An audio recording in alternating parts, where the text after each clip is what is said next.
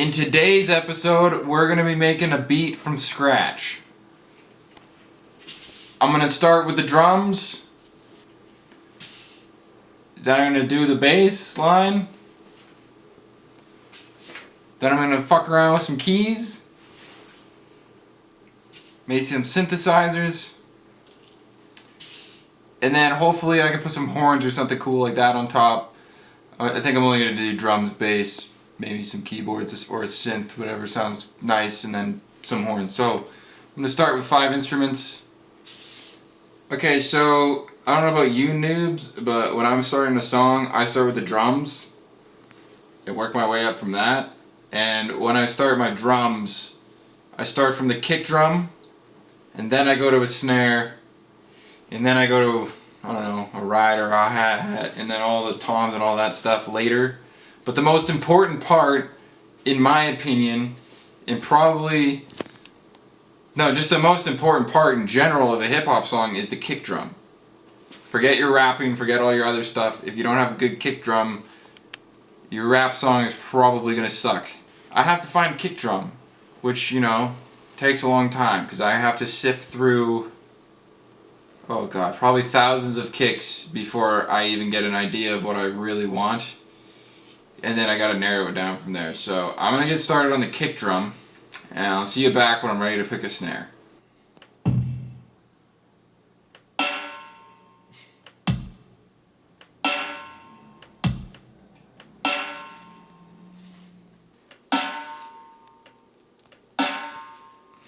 The kids these days don't know how important a snare drum is. They all pick these stupid sounding snares that are like, doot. I don't want to listen to that. So you know what? Today, we're going to get a pretty pimp ass snare. It's going to sound good. I think I'm going to go with a reggae snare. Sounding snare. Let's experiment with that. So, I'm going to take the next 5 days and listen to snare samples, and hopefully I don't have to make one myself. And this is the snare. It's pretty pimp. Alright, I'm gonna go find some hi-hats now.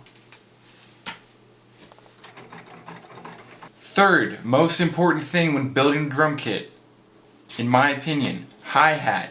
You know the thing that goes psst, that thing. None of this trap stuff. I don't want to do that. I think it's lame. I know it has its place and sometimes it sounds cool, but 99.9% of the time it's just too much. It's ridiculous. Stop doing it so much. It's all you need is just, you're just filling in the space between the kick and the snare. You don't need to be such an animal about it. So I'm gonna find some hi-hats. Maybe a ride, but it's probably going to be a hi-hat, so I'll let you know when I got that. Oh, hey, what's up? I didn't see you there, boy. What's up? It's your boy here, MC Dorsal Fin. It's been a few days, but I've got a bass line. It's pretty sick. Well, it's actually 2 bass lines that I put over each other. One's in A and one's in C sharp. It kind of gives it a cool little fourth feel. Last night I didn't record myself doing the bass line.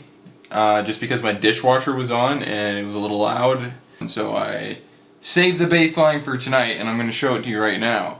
I ended up using the reggae snare, but then I found like 3 more other reggae type snares, and I snazzed them up quite a bit. So this has a lot of different snares in it, and it's got a pretty cool groove, and it's got a ride and a hi-hat. So here's the drum beat I came up with for my bass line.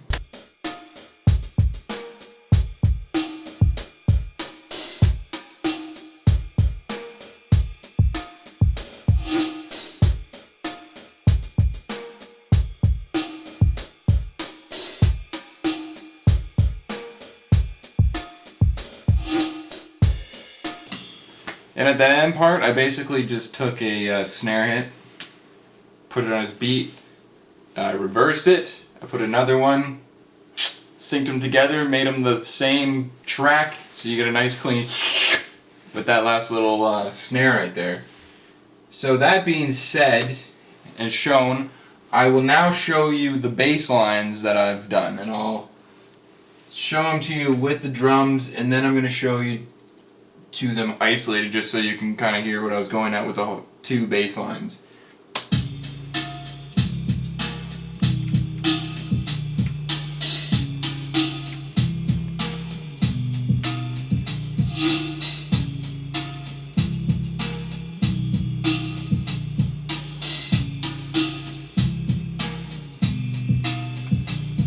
So as you can hear, pretty tasty, pretty delicious.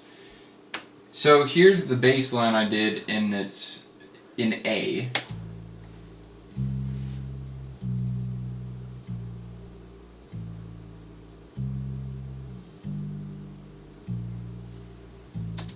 It's nothing fancy, but with everything in it, it's pretty effective. And then I'll show you the other one I did in C sharp.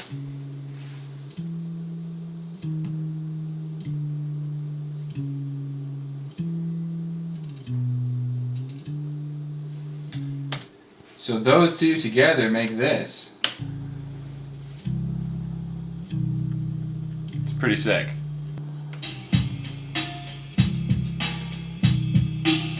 Simple but effective. Very tasty in my opinion. I had no idea what was going to happen, and I'm quite happy with it. So I'm just waiting for my laptop to get a little bit more juice in the battery, and then I'm going to fire up the MIDI controller. So I'll be back in a little while.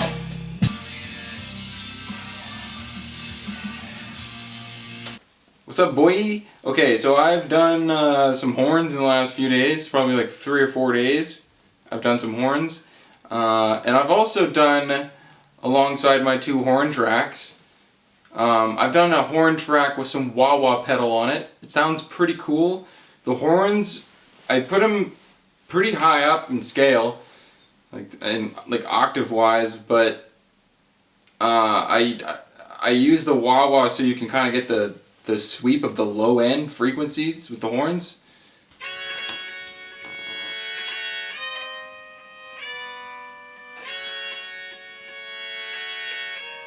Here is the horns with the fancy wah-wah pedal on top.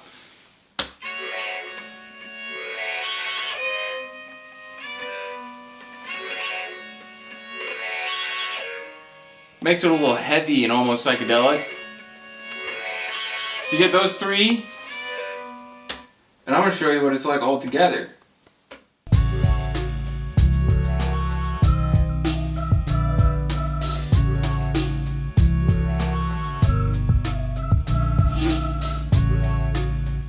Well, that's my beat from scratch. I hope you enjoyed watching today's video. Come back for more beats, because I'm just going to be cooking up beats a lot. That's basically all I do when I have nothing else to do, and I usually don't have a lot to do. So I'm making a lot more beats that you're going to want to check out. Thanks for checking out episode 2 of Making Beats with Primitive. It's been a pleasure making a beat for you. Don't subscribe. Have a good day, and thanks again for watching. I really appreciate it. If you want to listen to the whole song, I'll put a link in the description down below. And you can click on that, it'll take you to my Bandcamp, and you can listen to the whole song. Okay, if you want to do that, you can. If not, have a good day. Tell everybody about this beat. Peace out, boy.